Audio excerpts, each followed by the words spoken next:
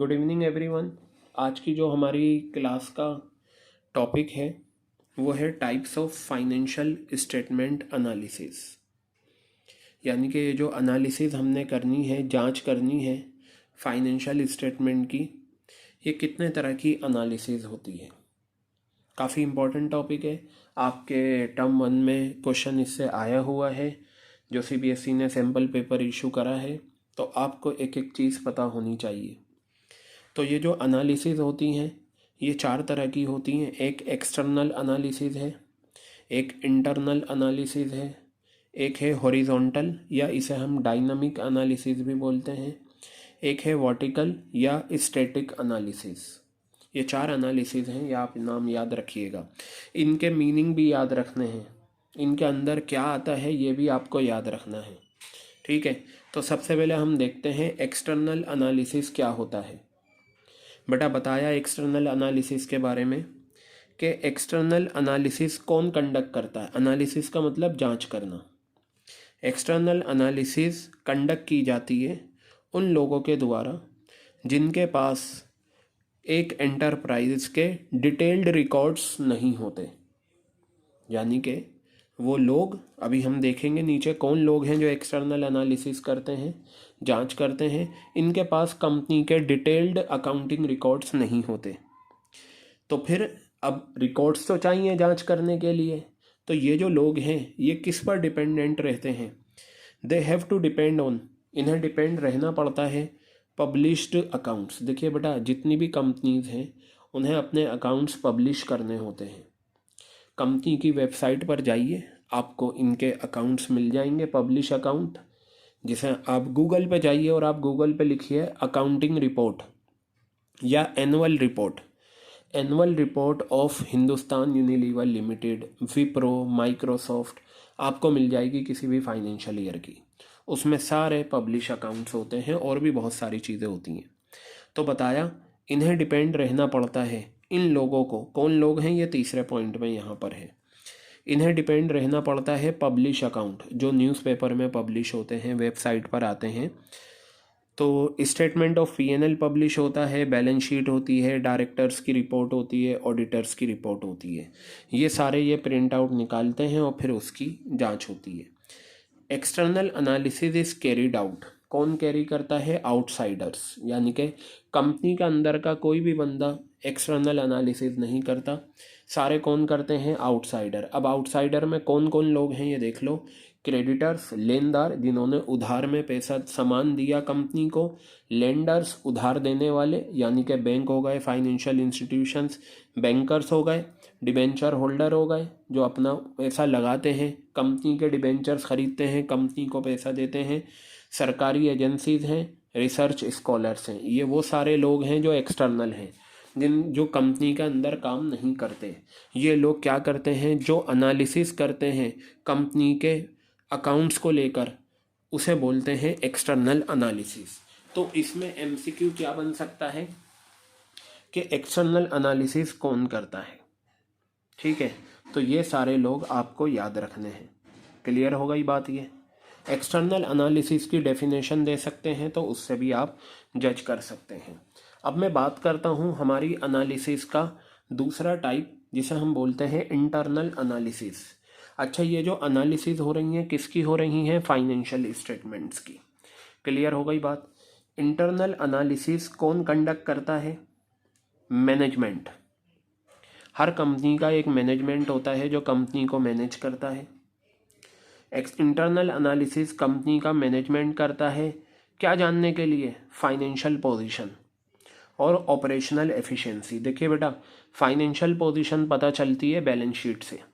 Operational efficiency यानी कि हमारा बिजनेस कितना एफिशिएंटली काम कर रहा है, ये पता चलता है statement of profit and loss से। तो बैलेंस शीट की भी जांच होती है, स्टेटमेंट ऑफ पीएनएल की भी जांच होती है। वो कौन करता है? मैनेजमेंट करता है। इंटरनल लोग होते हैं मैनेजमेंट, इस वजह से इंटरनल एनालिसिस है। मैनेजमेंट हैज़ एक्सेस, मैनेजमेंट के पास सारी इंफॉर्मेशन होती हैं एंटरप्राइज की। बाहर वालों के पास तो लिमिटेड होती हैं, जो इंटरनल है मैनेजमेंट है उसके पास तो सारी इंफॉर्मेशन है। इसलिए therefore analysis is more accurate. सही बात है। आप ये बताइए, अगर आप किसी भी चीज़ की जांच करेंगे, अगर आपके पास सारी इन्फॉर्मेशन है, तो हम ये कहेंगे कि वो जांच एक्यूरेट है। जो आउटसाइडर हैं उन्हें लिमिटेड इन्फॉर्मेशन मिलती हैं, जो अकाउंट्स पब्लिश हो गए उनमें जो इन्फॉर्मेशन है उन्हीं की बेसिस पर ये एनालिसिस करते हैं। लेकिन जो अंदर के लोग हैं उनके पास तो सारी इन्फॉर्मेशन है, अकाउंट्स के अलावा भी और दूसरी इन्फॉर्मेशन है, वो सारी इनके पास है। तो जब सारी इन्फॉर्मेशन अवेलेबल होंगी तो उससे जांच करना आसान होगा। इसलिए कहा जाता है इंटरनल एनालिसिस जो है वो ज़्यादा एक्यूरेट मानी जाती है। तो हमने डिस्कस करा एक्सटर्नल एनालिसिस, हमने डिस्कस करा इंटरनल एनालिसिस। अब हम बढ़ते हैं आगे की तरफ और हम देखते हैं हॉरिजॉन्टल एनालिसिस क्या होती है और वर्टिकल एनालिसिस क्या होती है। तो चलिए बेटा देखते हैं इसकी तरफ। हॉरिजॉन्टल को डायनामिक भी बोलते हैं और टाइम सीरीज एनालिसिस भी बोलते हैं। बेटा ये नाम ज़रूर याद रख लेना, बहुत इंपॉर्टेंट है, क्योंकि कई बार क्या होता है हमें एक नाम याद होता है, क्वेश्चन दूसरे या तीसरे नाम से आ जाता है, इसलिए आपको सारे नाम पता होने चाहिए। हॉरिजॉन्टल एनालिसिस या डायनामिक एनालिसिस या टाइम सीरीज एनालिसिस, देखते हैं ये क्या होता है। हॉरिजॉन्टल एनालिसिस इज मेड की जाती है टू एनालाइज फाइनेंशियल स्टेटमेंट्स। सारी एनालिसिस में फाइनेंशियल स्टेटमेंट्स ही एनालिसिस होते हैं। जितनी भी 4 तरह की एनालिसिस हैं सब में हमें किसकी जांच करनी है बेटा? फाइनेंशियल स्टेटमेंट्स की।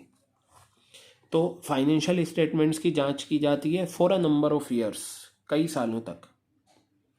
तो भाई जब कई सालों तक हम कंपैरिजन करेंगे, it shows comparison of financial data for several years against a chosen base year. देखो बेटा, हम क्या करते हैं, कई सारे ईयर्स का फाइनेंशियल डेटा लेते हैं और एक साल को बेस बना लेते हैं, उससे कंपेयर करते हैं। देखिए कंपैरिजन वहाँ पर होगा जहाँ पर आपके पास बेस होगा। जैसे फॉर एग्जांपल भाई एक सब्जेक्ट ले लीजिए आप, कोई सभी मैथमेटिक्स ले लीजिए। मैथमेटिक्स में पास और फेल का पता तब चलेगा जब आपने एक बेस बना रखा है कि अगर इतने मार्क्स से नीचे आया तो फेल, इतने से ऊपर गया तो पास। जैसे 100 में से 33 मार्क्स, ये क्या है आपका बेस हो गया, बुनियाद हो गई। 33 से नीचे गया तो फेल, 33 से ऊपर गया तो पास। क्लियर हो गई बात? तो जब हम कई साल का फाइनेंशियल स्टेटमेंट्स की जांच करते हैं तो हमें कंपैरिजन करना होता है कई सारे ईयर्स के फाइनेंशियल डेटा को एक बेस ईयर से। जैसे फॉर एग्जांपल मैं आपको बताता हूँ, मुझे 6 साल की एनालिसिस करनी है।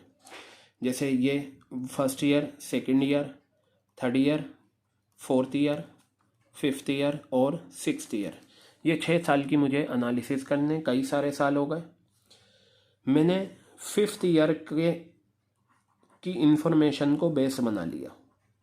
अब मैं क्या करूँगा, यहाँ पर जो नेट प्रॉफिट हुआ उसे चेक करूँगा इस साल के नेट प्रॉफिट से, यहाँ जो नेट प्रॉफिट हुआ उसे चेक करूँगा इस साल के नेट प्रॉफिट से, यहाँ जो नेट प्रॉफिट, यहाँ जो नेट प्रॉफिट, यहाँ जो नेट प्रॉफिट हुआ, इन सारे सालों के नेट प्रॉफिट को मैं इस साल के नेट प्रॉफिट से चेक करूँगा कि बढ़े या कम हुए।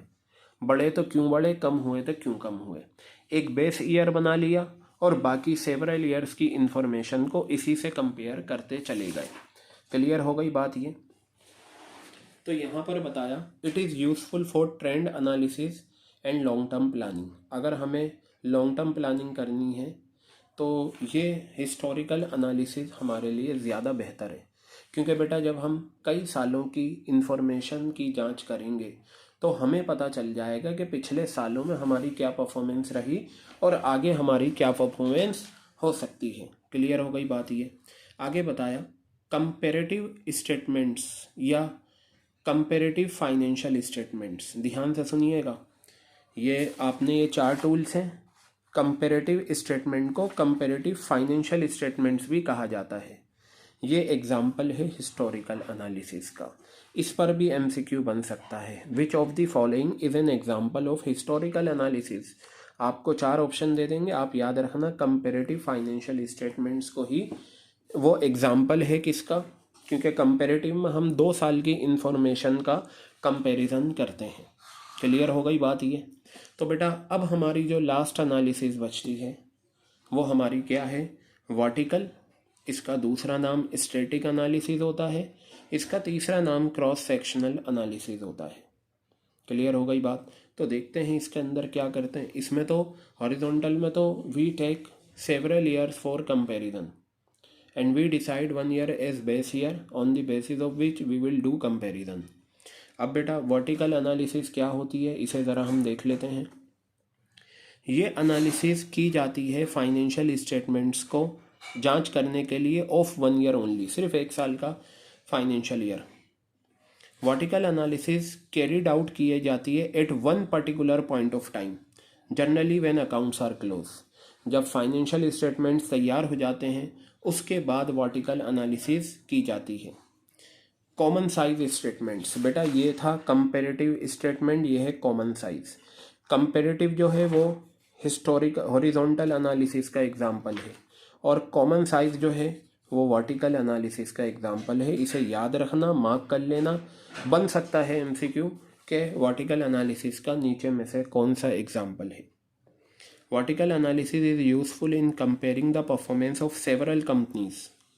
वर्टिकल एनालिसिस यूजफुल होती है, बेहतर मानी जाती है several companies of the same type, एक जैसे टाइप की जो कई सारी कंपनीज होती हैं उनकी परफॉर्मेंस को कंपेयर करने के लिए वर्टिकल एनालिसिस की जाती है।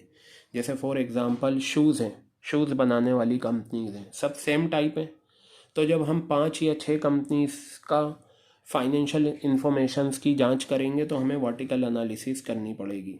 या डिपार्टमेंट्स इन वन एंटरप्राइज, अगर हमें एक कंपनी के डिफरेंट डिपार्टमेंट्स की इंफॉर्मेशन में कंपैरिजन करना है तो हम वर्टिकल एनालिसिस कंडक्ट करेंगे। क्लियर हो गई बात।